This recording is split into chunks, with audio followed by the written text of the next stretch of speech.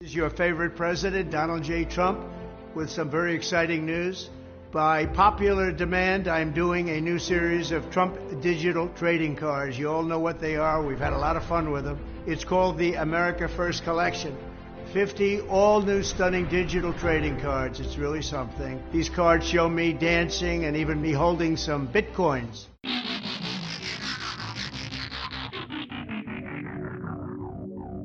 Hello and welcome to What the F*** Just Happened Today, your essential guide to the daily shock and awe in national politics. I'm Joe Amditis. Let's get to it. It's Tuesday, August 27th, 2024. Welcome to day 1316. Special counsel Jack Smith charged Donald Trump in a superseding indictment in the case involving an alleged conspiracy to obstruct the results of the 2020 election.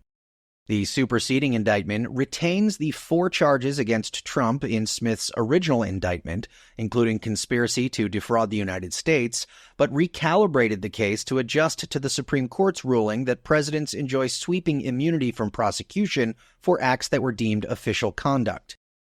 The DOJ said today a federal grand jury in the District of Columbia returned a superseding indictment, ECF number 226, charging the defendant with the same criminal offenses that were charged in the original indictment.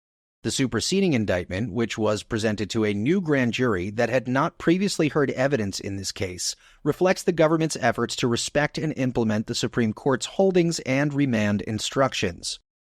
There is no chance that the case will be tried before November's election, and if Trump is reelected, he's expected to pressure his appointees at the DOJ to drop the case. Meanwhile, Democrats sued the Georgia State Election Board over new election rules that they say could lead to post-election chaos in the state in November. The lawsuit was filed in Georgia State Court by the Democratic National Committee, the Georgia Democratic Party, and Democratic members of several county election boards, and it argues that the rules give local election officials a broad license to hunt for purported election irregularities of any kind, potentially delaying certification and displacing long-standing and court-supervised processes for addressing fraud. The state election board voted 3-2 to pass the rules, which give election officials authority to conduct a reasonable inquiry before certifying election results, and requires that county election officials be given all election-related documentation before certification. The lawsuit says, at minimum, these novel requirements introduce substantial uncertainty in the post-election process and, if interpreted as their drafters have suggested, invite chaos by establishing new processes at odds with existing statutory duties. Moving on, Trump added conspiracy theorists and former presidential candidates Robert F. Kennedy Jr. and Tulsi Gabbard to his presidential transition team as co-chairs. Gabbard and Kennedy are both one-time Democratic presidential candidates, and both of them endorsed Trump within the last week and are now joining the transition team to, quote, help pick the people who will be running the government, end quote.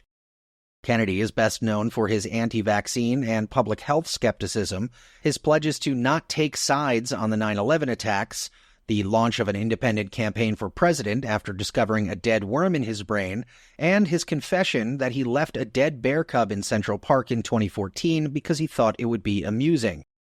Tulsi Gabbard's past, meanwhile, includes skepticism over the Syrian government's use of chemical weapons during its civil war, defending Russia in its war against Ukraine, promoting transphobia, and spreading Russian propaganda.